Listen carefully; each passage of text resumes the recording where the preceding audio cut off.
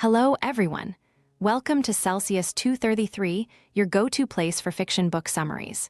Today, we will explore the depths of Animal Farm by George Orwell.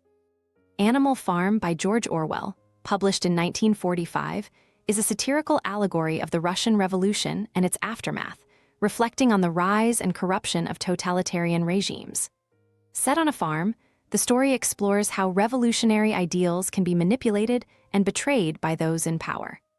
The novella's sharp critique of power and propaganda remains as relevant today as it was at the time of its release.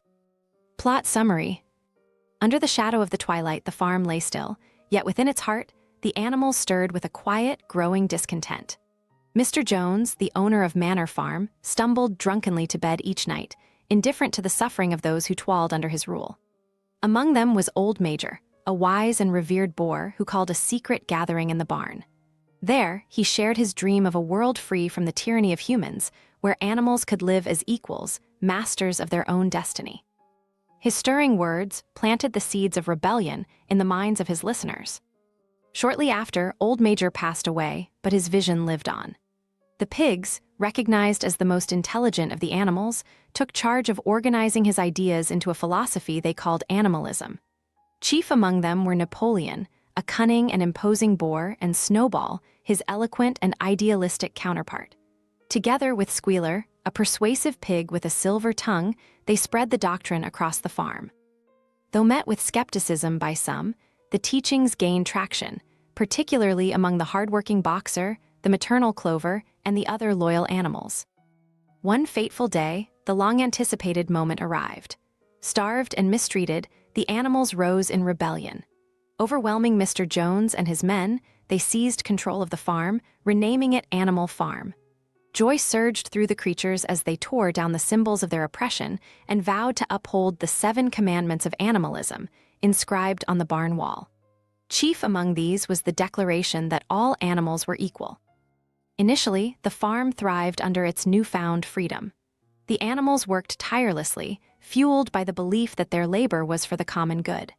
The pigs assumed leadership roles, with Snowball devising grand schemes for progress, such as the construction of a windmill to ease their burdens. Napoleon, however, began to maneuver behind the scenes, quietly consolidating power. The fragile unity shattered when Snowball was ousted. During a heated debate about the windmill, Napoleon unleashed a pack of ferocious dogs he had secretly raised, driving Snowball into exile. From that moment, Napoleon ruled as a dictator.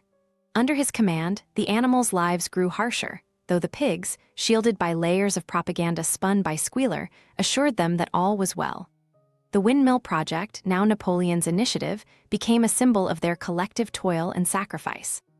As the seasons turned, the pigs grew increasingly indistinguishable from the humans they had overthrown.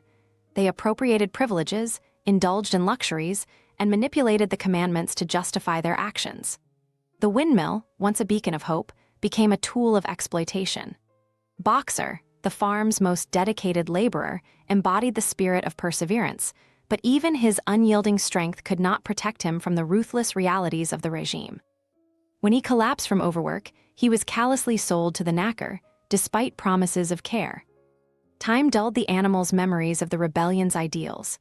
Squealer's skillful manipulation of history, coupled with the animals' lack of education, left them confused and powerless. The 7 commandments dwindled to a single chilling maxim: all animals are equal, but some animals are more equal than others. The pigs walked upright, dressed in human clothes, and feasted alongside humans, mocking the dream of equality that once united the farm. In the end, as the animals gazed through the farmhouse window, they saw Napoleon and the other pigs dining with human farmers. Laughter and toasts rang out, and deals were struck. The boundary between oppressor and oppressed blurred until it was impossible to tell who was who. Despair settled over the animals, who realized that the promise of freedom had been replaced by a tyranny all too familiar. In this bitter twilight, the farm stood as a testament to the cycle of power and corruption, its ideals betrayed, and its inhabitants left to endure a new kind of servitude. Looking for more great reads? Be sure to check out other books by George Orwell. Find them in the description or on Celsius 233.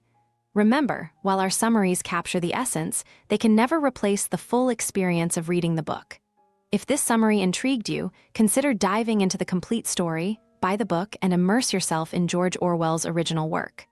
Bye-bye, take care, have fun.